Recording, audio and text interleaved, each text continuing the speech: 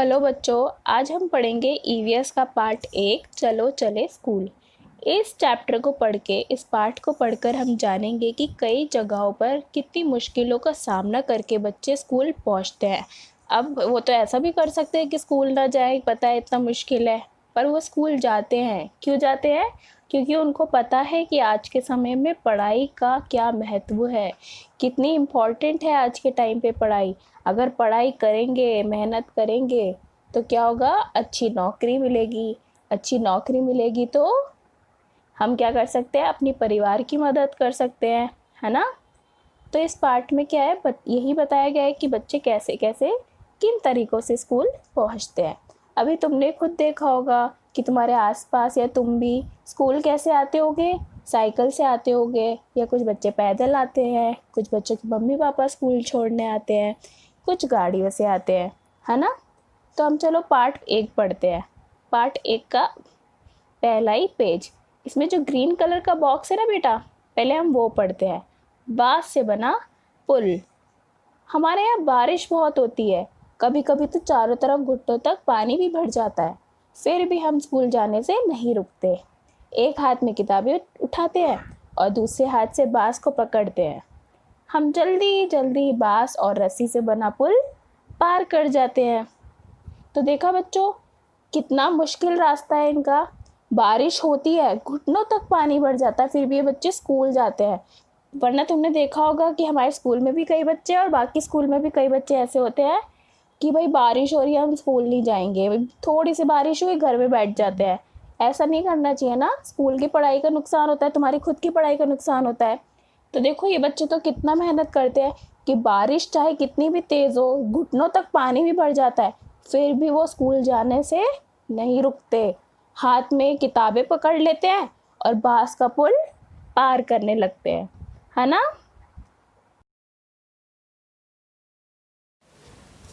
अब बेटा हमने ये ग्रीन वाला बॉक्स तो पढ़ लिया है ना, जिसमें हमें पता चला कि बच्चे कितनी मुश्किलों का सामना करके स्कूल पहुंचते हैं। हम तो बड़ी आसानी से स्कूल पहुंच जाते हैं, है ना?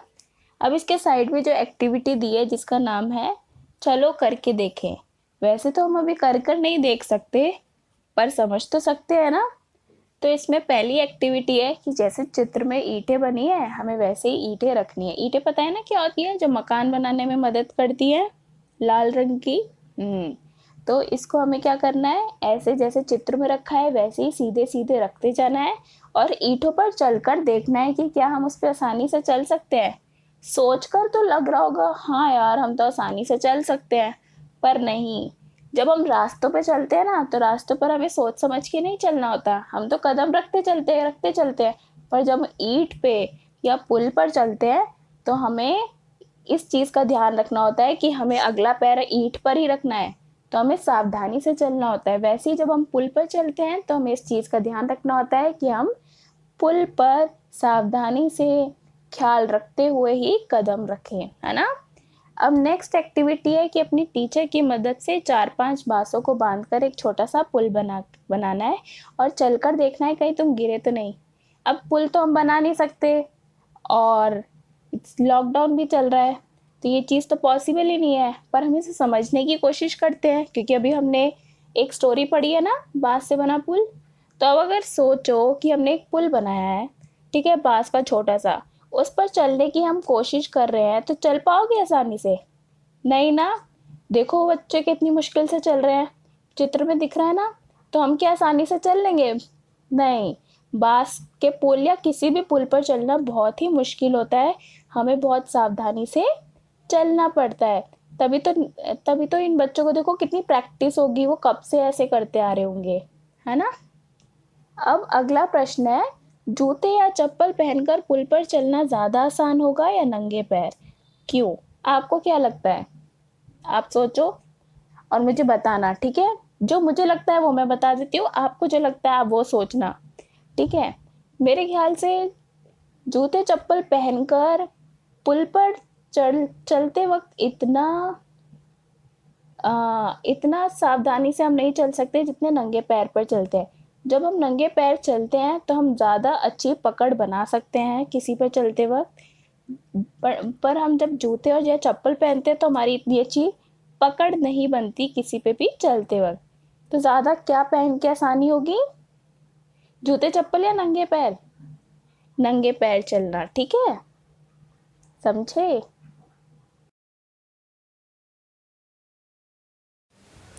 अब बच्चों हम पढ़ेंगे सेकंड पेज चैप्टर का। देख रहे हो आप, एक येलो कलर का एक बॉक्स है जिस पे लिखा है ट्रॉली से। यह एक लद्दाख की बात करी जा रही है कि लद्दाख में एक जगह पे बच्चे स्कूल कैसे जाते हैं। मैं पढ़ रही हूँ, आप भी ध्यान रखो, ठीक है? जहाँ जहाँ मैं पढ़ रही हूँ आप ध्यान रखना, कहीं गुम मत हो जाना। स्कूल पहुँचने के लिए हमें रोज़ नदी पार करनी होती है, खूब चौड़ी और गहरी नदी। नदी के पार जाती हुई मजबूत लोहे की रस्सी होती है। यह दोनों तरफ से भारी पत्थरों या पेड़ों से कसकर बंधी रहती है। ट्रॉली पुली की मदद से इस रस्सी पर सरकती है। हम 4-5 बच्चे एक साथ ट्रॉली में बैठ जाते हैं और पहुंच जाते हैं नदी के उस पार। तो इन बच्चों का स्कूल का है नदी के पार, तो नदी तो इनको पार करनी पड़ेगी। हालांकि बहुत मुश्किल रास्ता है, पर बच्चों की देखो लगन पढ़ाई के लिए कि कितनी भी मुश्किलें क्यों ना आए, ये बच्चे स्कूल जाते ही हैं। तो बेटा ये जो ट्रॉली है ना, इस पे 4 से 5 बच्चे आराम से बैठ सकते हैं। अब ये ट्रॉली सरकती कैसे है? ये ट्रॉली सरकती है पुली की मदद से। पुली समझते हो? ये जो आपको पिक्चर में दिख रहा होगा, ये जो ट्रॉली बनी हुई है इसके ऊपर एक पहिया सा लगा है जो कुएं पे भी लगा होता है, ठीक है? ये ना रस्सी पे किसी भी चीज़ को सरकाने में बहुत मदद करता है। और ट्रॉली समझ रहे हो ना आप सब? ट्रॉली लकड़ी से बना होता है, ये जो झूला दिख रहा है ना आपको लकड़ी वाला, इसको ट्रॉली कहते हैं, ठीक है? तो देखो इन बच्चों को कितनी मेहनत करनी पड़ती है, इतनी चौड़ी और इतनी गहरी नदी उनको पार करनी होती है। और नदी पार करने के लिए ऐसी कोई कच्ची वच्ची रस्सी इस्तेमाल नहीं होती, मजबूत लोहे की रस्सी का इस्तेमाल किया जाता है। और ये रस्सी दोनों तरफ से बंधी रहती है, ठीक है? भारी पत्थरों या पेड़ों से बांधी जाती है। अगर मजबूत रस्सी नहीं होगी तो ट्रॉली कैसे काम करेगी? ये तो जल्दी टूट जाएगी, नुकसान है ना। इसलिए जो रस्सी होती है वो भी बहुत मजबूत होती है। अब देखो बेटा, नीचे एक करके देखो वाली एक्टिविटी है जिसमें आपको 2 चित्र दिखाए गए हैं। एक में दोनों में ही बच्चा पानी खींच रहा है, पर पहले वाले में देखो उसने पुली नहीं लगाई हुई, दूसरे वाले कुएं में पुली लगी है। तो क्या हुआ, दूसरे वाले चित्र में उसको पानी निकालना बहुत आसान हो रहा है, पर पहले वाले में उसको उतना ही मुश्किल हो रहा है ना? देख रहे हो, देखा पुली की कितनी इम्पोर्टेंस है, देखा? अच्छा, अब इसमें प्रश्न है, अपने आसपास देखो, तुम कहाँ कहाँ पुली का प्रयोग देखते हो? अब पुली का प्रयोग तो हम बहुत जगह देखते हैं। एक तो हमने यहीं पर देख लिया कि लद्दाख में बच्चे स्कूल जा रहे हैं, दूसरा कुएं से पानी निकालने में, तीसरा हम इस्तेमाल इसको देखते हैं जब जहाँ पे मकान बन रहे होते हैं ना, कंस्ट्रक्शन का काम चल रहा होता है।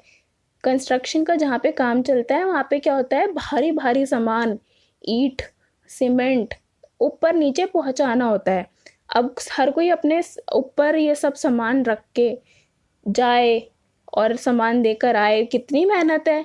इससे अच्छा कि कोई पुली रस्सी बांध दे, पुली की मदद से सामान ऊपर नीचे पहुंचाता रहे, तो सही है ना? तो पुली का काम कंस्ट्रक्शन के टाइम पे भी काम आता है, ठीक है? समझ रहे हो बेटा? अब हम पढ़ेंगे तीसरा पेज इस चैप्टर का, ठीक है? हमें क्या क्या पता चल रहा है इस चैप्टर से? हमें बहुत सारी जानकारियाँ मिल रही है। पहले तो हमें ये पता चल रहा है कि कितनी मुश्किलों से कई बच्चे स्कूल जाने के लिए रास्ता पार करते हैं। कोई पानी मतलब नदी को पार करता है, कोई बांस से बने हुए पुल को पार करता है, चाहे कितनी भी तेज़ बारिश हो। और दूसरी चीज़ जो हमें पता चल रही है कि हमें कई तरीके का पुल के बारे में पता चल रहा है कि पुल सीमेंट का भी बना होता है, बांस का भी बना होता है, लोग ट्रॉली की मदद से भी रास्ता पार करते हैं, है ना? हमें कितना कुछ नया पता चला अभी तक, ठीक है? अब हम पढ़ेंगे तीसरे पेज में ये ब्लू बॉक्स, ठीक है? दिख रहा है सबको ये ब्लू कलर का बॉक्स? इसके अंदर हम पढ़ेंगे सीमेंट का पुल। हमें भी कई बार कई जगह पानी पार करना पड़ता है, तब हम भी पुल से जाते हैं। ये सीमेंट, ईंटों और लोहे के सरियों से बने होते हैं। देखो पुल पर चढ़ने उतरने के लिए सीढ़ियाँ भी बनी है। अच्छा देखो बेटा, ये वाला जो पुल है जिसकी तो फोटो भी है ना? इसमें क्या है ये बताया, ये वाला जो पुल है ये सीमेंट से बना होता है और ईंटों से बना रहता है और लोहे के सरिये से, ठीक है? और इसमें देखो साइड में चढ़ने उतारने के लिए सीढ़ियाँ भी है। लोग तो लोगों के लिए और आसान हो गया कि सीढ़ियाँ चढ़ी और फटाक से हमने ये नदी पार कर ली, है ना। अब बेटा देखो इसके नीचे कई सारे क्वेश्चंस हैं। अभी तक जिसने चैप्टर को ध्यान से सुना होगा वो अपने आप ही आंसर कर लेगा, है ना। और जिसने नहीं करा होगा तो उसको थोड़ा प्रॉब्लम आएगा। चलो मैं थोड़े से सॉल्व करके हम डिस्कस करते हैं, थोड़ा कुछ डिस्कशन कर लेते हैं। पहला है कि यह पुल बांस के बने पुल से किस तरह अलग है। तो बेटा आपने देखा कि बांस का जो पुल है वो बांस की लकड़ियों से बना होता है, पर जो सीमेंट है इसमें तो लोहे के सरिये भी इस्तेमाल है। तो जो सीमेंट का पुल होता है वो ज़्यादा मजबूत होता है, ज़्यादा टिकाऊ होता है बांस के पुल से, है ना। और दूसरा प्रश्न है, अंदाज़ा लगाओ इस पुल को एक समय पर कितने लोग पार कर सकते हैं। तो जितना मजबूत ये पुल दिख रहा है तो तकरीबन 20 से भी ज़्यादा लोग इसको पार कर सकते होंगे ना।